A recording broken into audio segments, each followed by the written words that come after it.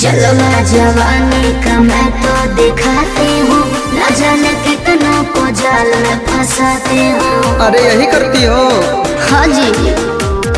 जलवा जवानी का मैं तो दिखाती हूँ, न जाने कितनों को जाल में फंसाती हूँ। तेरा इरादा तो लगता ये गंदा है, तेरा इरादा तो लगता ये गंदा है। क्या बोले?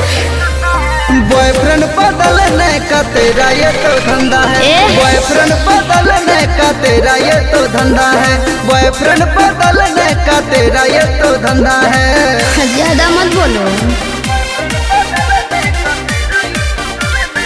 Music by Arya Sharma.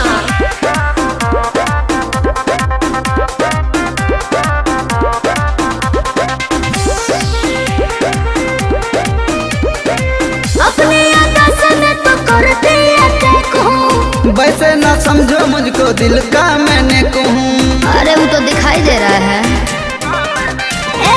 अपने आकाश में तो करते कहूँ, वैसे ना समझो मुझको दिल का मैंने कहूँ। तेरी जवानी ये तो फांसी का फंदा है, तेरी जवानी ये तो फांसी का फंदा है। बॉयफ्रेंड बदलने का तेरा ये तो धंधा है, बॉयफ्रेंड बदलने का तेरा ये तो धंधा है।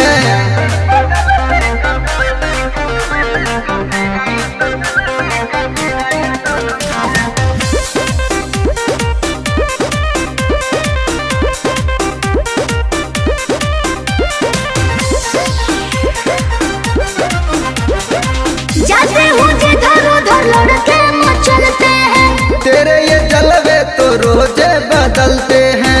अच्छा सुनो, जाते हूँ जिधर उधर लड़के मचलते हैं। तेरे ये जलवे तो रोजे बदलते हैं। तेरे बारे में जाना हर एक बंदा है, तेरे बारे में जाना हर एक बंदा है।